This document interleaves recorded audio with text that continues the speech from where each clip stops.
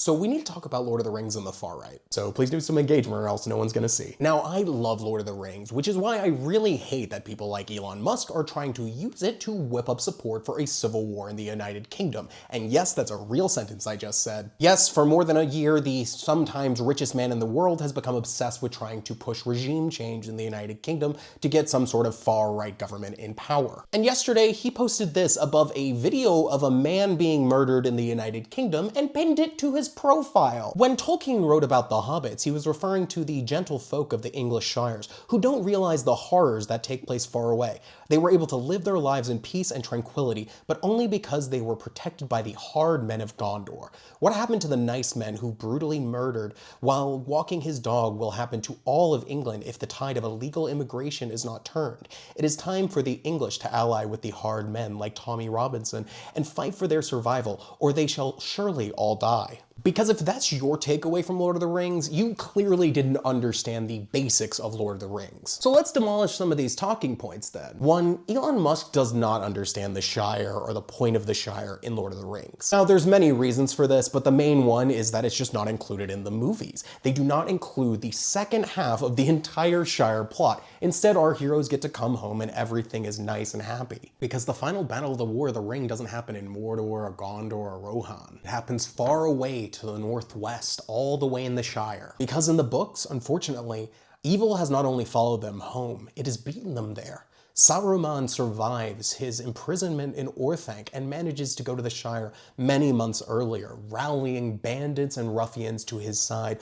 under the name Sharky, including twisted evil hobbits who decide to collaborate with him. Our heroes return from Rohan and Gondor, seeing the idyllic Shire industrialized and turned into a place of soot and ash. This is the Scouring of the Shire. This is what happens when you have a culture that chooses to detach itself from the world and not understand that it cannot just ignore evil growing, that it will come to them, that it will find them, that they, including themselves, so far away and detached, must fight against this evil or be consumed by it. In these few pages, we have a story of industrialization, ecology, colonization, and occupation, of resistance against a powerful force and the power of smooth words and propaganda. The Scouring is not ended by some wizard coming in to save them, no elf or man coming from abroad. It is saved by the hobbits themselves, hundreds of them taking up arms in battle against Saruman's forces. And these brave hobbits, none of them warriors except for our brave heroes from the story,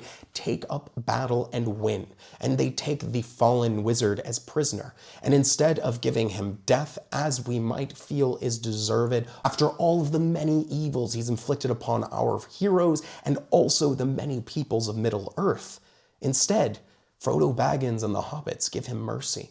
A mercy that he wasn't willing to accept. But the great and tall and hard, strong, powerful Saruman refuses to be at the mercy of hobbits, of these lesser beings. He is wise, he is wonderful, and instead lashes out at his own follower Grima, his loyalist who has been with him throughout all of this. And Grima, pushed too hard for the last time, responds, stabbing Saruman in the neck, killing the wizard and ending his threat on Middle-earth forever. And even after the immediate threat of Saruman was gone, the hobbits had to rebuild all of the destruction that he had wrought, the poisoning of the land, the destruction of their way of life. And that would take many, many years.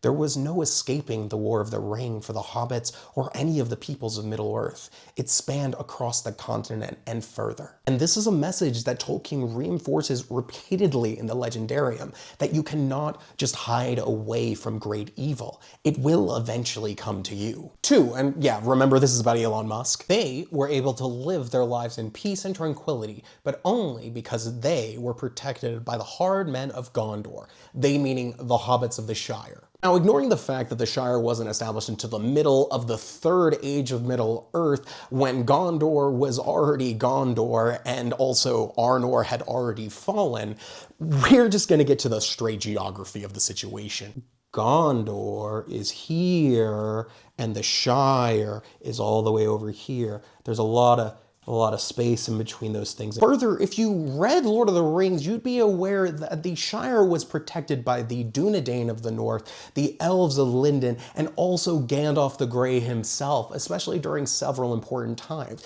But that isn't to say that the hobbits didn't also protect themselves and even participated in major wars like the war against the Witch King of Angmar. It was during these hard times that Gandalf grew to respect and love the hobbits because he saw how much they would care for each other during these hard times, and also the immense courage they could summon up when needed, even though they loved for a peaceful life naturally. This is one of the reasons why Gandalf wants to bring Bilbo along on the quest to fight the dragon Smaug. We see across The Hobbit and the 6 books of Lord of the Rings, yes, that's a real fan drop, that hobbits are capable of incredible bravery, incredible courage, incredible leadership. Sam, Frodo, Pippin, and Merry and Bilbo all do incredible things. And it is through the actions of hobbits that the One Ring is destroyed and the final battle of the War of the Ring is won. So Elon Musk doesn't understand Lord of the Rings. I hope I've demonstrated that quite thoroughly so far. But importantly, it doesn't matter what it really means because it is just the vibes that fascism cares about. It is the surface level. It is the aesthetic of the story. And that is all he wants to get across. He wants to bank on your ignorance of Lord of the Rings and the idea that the vibes just feel like they sound right, not the reality of the thing. Because perception is all that matters in fascism. Weaponize unreality. And even unreality when we're talking about fantasy universes. Because fundamentally, and for always, Lord of the Rings is woke as hell. It is literally about interracial people coming together in a coalition to fight against the embodiment of evil. And the smallest ones of their number are the people that bring it home and win the literal war for everyone. And that is the story of Lord of the Rings. It is a fight of Middle-earth against fascism. It is the fight of all coming together, getting past history for a better tomorrow.